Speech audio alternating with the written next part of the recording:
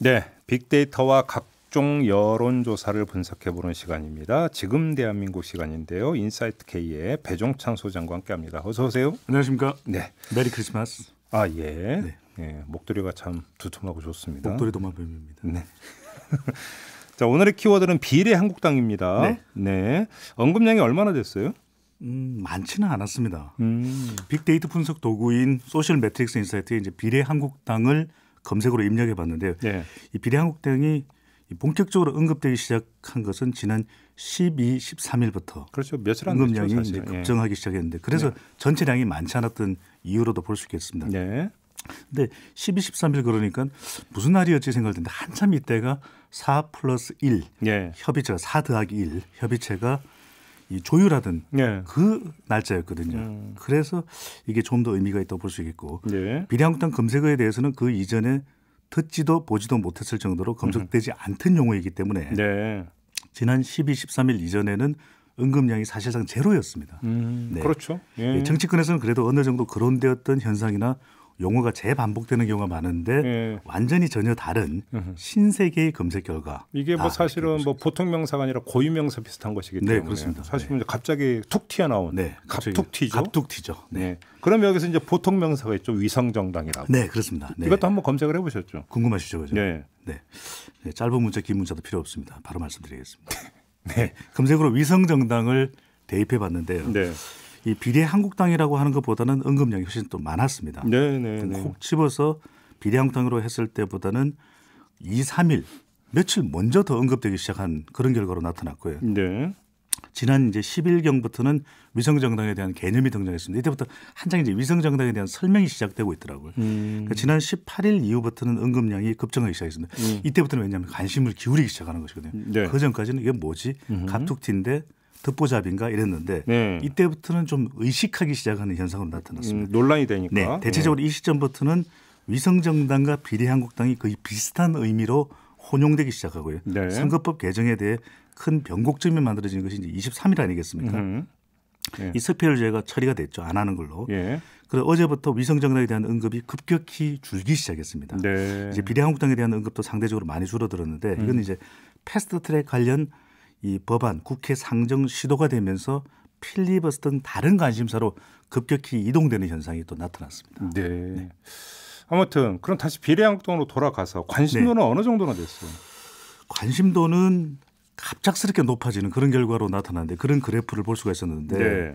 이번에는 구글 트렌드가 아닌 좀 최근에 많이 언급된 내용이라서 네이버의 데이트랩의 검색으로 분석을 해봤는데 관심도를 측정할 수 있는데 비례 한국당을 넣어서 관심도를 측정해 봤더니 네. 본격적으로 거론되는 시점 이후에 겨우 관심도가 이제 높아지기 시작하는데 네. 언론을 통해 이제 화제의 중심에 서기 시작했습니다. 이때부터 이제 관심도가 높아지기 시작했고 위성 정당에 대한 관심도는 의외로 낮더라고요 이게. 네. 아니 관심도 네. 얘기하면 항상 나오는 게 김치 치킨이잖아요. 그렇죠. 그거 보고 비교하면. 네, 이것보다는 훨씬 떨어집니다. 아. 그만큼 비례 한국당이 신문 기사에는 많이 언급되는데 트위터, 그다음에 빅데이터, 네이버 데이트랩에는 생각보다는 많이 이게 소통되고 있지는 않더라고요. 그렇게 큰 관심을 끌지 못했다. 그러니까요. 이렇게도 볼 수 있는 거예요. 네. 그러면 근데 기사는 상당히 또 많이 나왔었거든요. 언론에도. 그래서 이게 좀 차이가 있었습니다. 온도 차가 있었습니다. 이게 그냥 뭐 한국당 얘기하는 건가 보다 이렇게 넘겼을 가능성도 그럴 있는. 가능성도 있습니다. 그죠? 네. 왜냐하면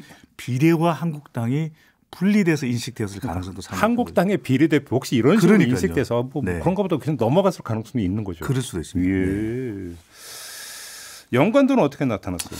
네, 이게 소셜 매트릭스 인사이트 분석에서 이제 비례 한국당을 검색으로 연관도를 분석해 봤는데 네. 역시 가장 높은 키워드는 한국당이었습니다. 그렇겠죠. 예. 그래서 비례 한국당에 대한 다른 정당의 우려가 나타나고 있지만 당명에서 비롯되듯이 자유한국당과 연관도가 매우 높았습니다. 그러니까 이게 결코 무시할 수준은 아니라고 하는 것인데 네.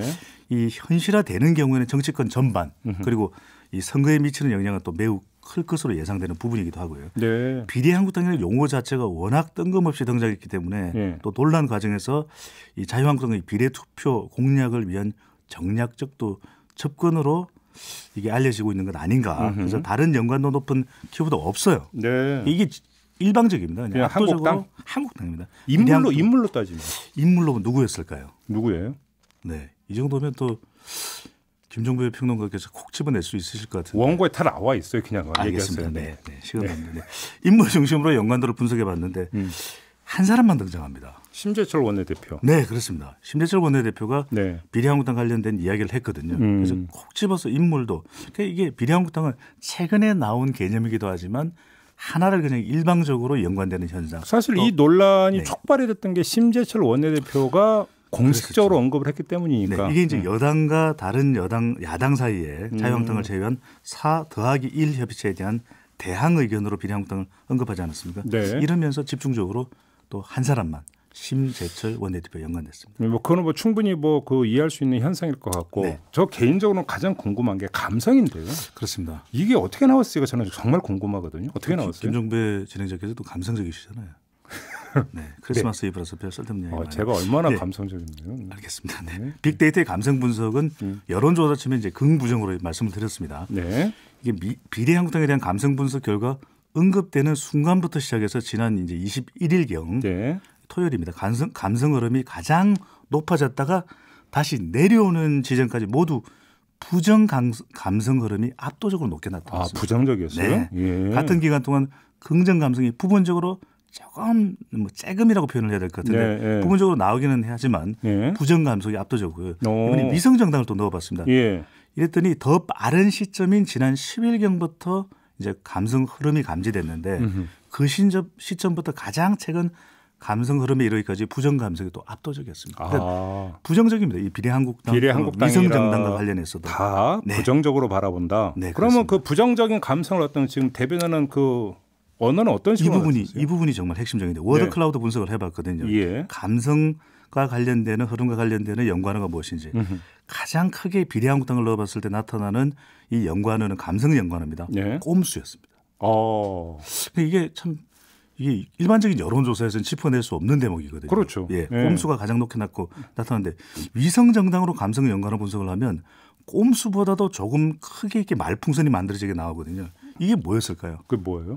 저도 깜짝 놀랐습니다. 사악하다. 사악하다. 네. 그런 단어가 나왔어요. 이게 명사로 나오더라고요. 그래요? 그러니까 일반적인 평가 수준을 뛰어넘어서 좀 더 센 수준의 평가일 정도로 감성의 인지 강도가 아주 강하게 나타나는데 나쁘다는 인식을 뛰어넘어서 이제 사악이라는 감성으로 연결되는데 그 외에 다른 것도 좀 연관된 걸 말씀드릴게요. 그러니까 비례한국당의 경우에는 꼼수 이외에 혼란, 어렵다, 폭망하다, 불법, 괴물, 망언 등이 등장했고요. 이야. 대부분 부정적이죠. 또 위성정당의 경우에는 사악, 또 꼼수도 있었습니다. 근데 그 외에 공포, 논란, 더러운 이런 감성 연관가 나타났는데 결과적으로 이런 것 같습니다. 결국에는 비례한국당이라는 것과 그 개념인 위성정당이든 국민들의 눈높이에서는 정상적이지 않은 개념으로 인식되는 경향이 강했고 근데 문제는 실제로 출연하는 경우에는 이 연관도가 매우 높기 때문에 정치적 파장은 좀 지켜봐야 될 것 같아요. 이 코너를 시작한 이후에 이제 그 감성 연관어를 제가 쭉 이제 들었는데 그 어떤 것보다도 이 강하죠. 네. 강한데요. 네. 이 얘기는 네. 이게 만약에 정말로 비례한국당을 띄우면 역풍 불 수 있다는 얘기죠. 그렇습니다. 지금 워낙 연관도가 높기 때문에 나타난 것만 놓고 본다면. 예, 그럼요. 그러니까 이게 긍정이든 부정적이든 그 연관 강도가 높다라는 것 자체가 우리가 지켜봐야 될 대목인 거죠. 한마디로 얘기하면 지금 장난하냐? 뭐 이런 지금 감성이 깔려 있다는 거잖아요. 그렇죠. 네. 그렇군요. 유의해서 봐야 되는 부분인 것 같습니다. 알겠습니다. 자, 배종찬 소장과 함께했습니다. 고맙습니다. 감사합니다. 이슈의 핵심을 꿰뚫는 예리한 시선, 믿고 듣는 진품 시사 김종배 시선 집중.